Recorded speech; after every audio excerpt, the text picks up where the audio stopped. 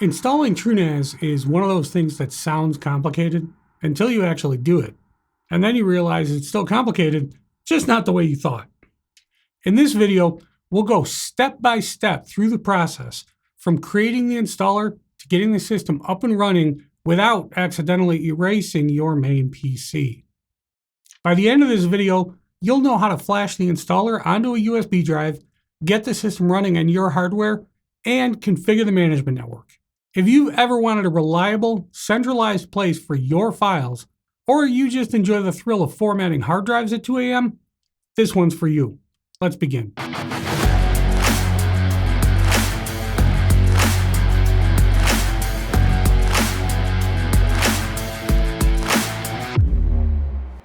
Before you start downloading anything, it helps to make sure the hardware you're using isn't from the same era as dial-up internet. TrueNAS needs a 64-bit CPU with at least 2 cores. More is fine, fewer is not. You'll also want at least 8 gigabytes of memory. TrueNAS will technically run with less, but so will Windows 95, and we're not doing that either. When it comes to TrueNAS and memory, it's a lot like beer when you were in college. The more, the merrier. For the boot device, plan on a small solid-state drive, 16 gigabytes or larger. A USB stick will work in theory, but in practice, it'll work until it doesn't, which is usually the most inconvenient time possible. If you've got 2 small drives, even better. Redundancy is good. Finally, you'll need at least 2 identical drives for your storage pool. They don't have to be fast, but they do need to match in size. With only 2 drives, TrueNAS will mirror data between them, so if they're mismatched, the larger one is basically donating the extra space into the void. Once you've got that together, we can move on to getting TrueNAS onto a USB installer. To install TrueNAS, you'll first need to create a bootable USB installer.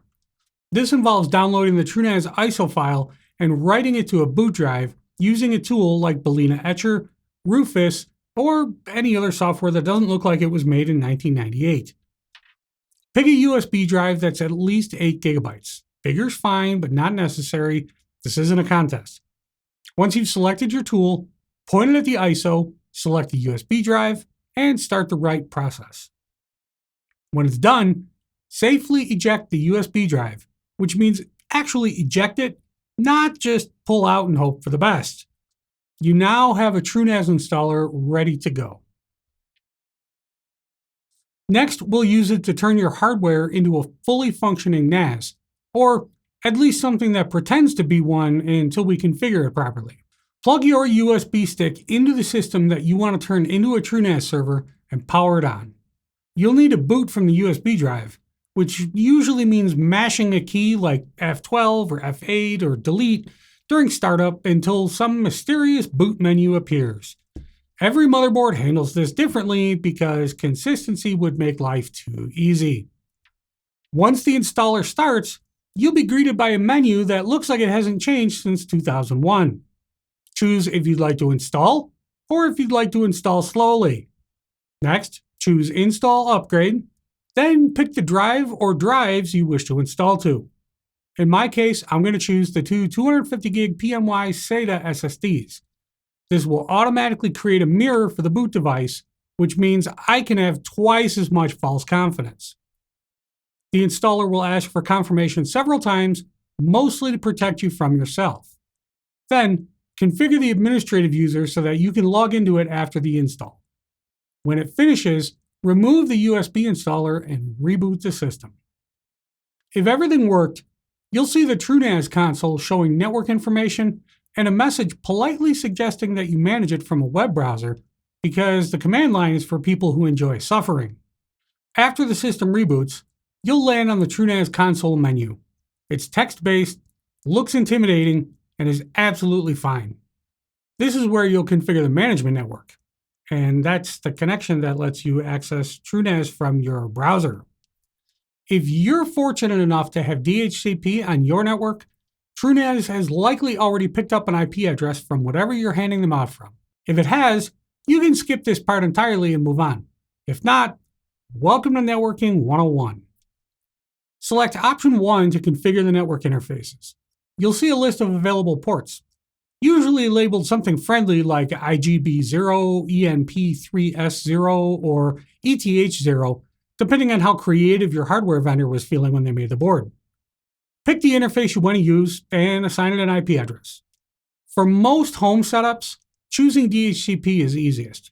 The router or firewall or whatever will handle the address assignment automatically.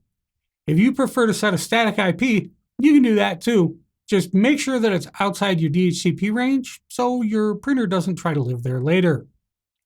Once you've saved the settings, TrueNAS will confirm that the network is active. At that point, you can open a browser on another computer, type in that IP address, and you'll be greeted by the web interface. That's where the real configuration happens and where things start to feel less like the mid-90s. One last thing before you rush to watch the next video and start setting up pools and shares and shit, run some smart tests, conveyance, short and long. Take it from me, this is not optional. Nothing says fun weekend like spending hours copying data onto your brand new NAS only to have one drive fail during its first scrub. Think of smart tests like a background check for disks. If a drive can't pass one, it probably shouldn't be trusted with your data or your sanity. Ask me how I know.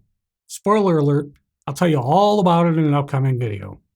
If you've made it this far, you've either successfully installed TrueNAS and are now looking around to see what's there, or you're just watching to see what could go wrong. Either way, you're my kind of viewer.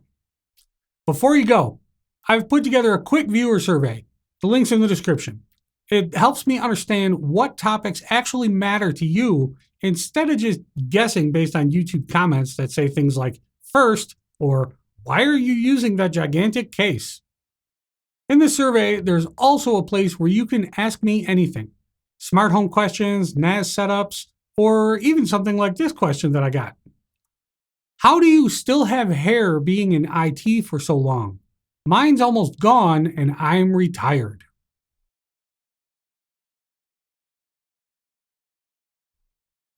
Good genes, I guess. All right, you should have TrueNAS running by now. Statistically speaking, that puts you ahead of most people who've ever tried.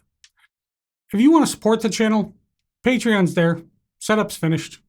In the next video, we'll go through how to configure your first storage pool, setting up redundancy, testing drives, and finally turning that pile of hardware into something useful. That's where things start to get interesting. See you there.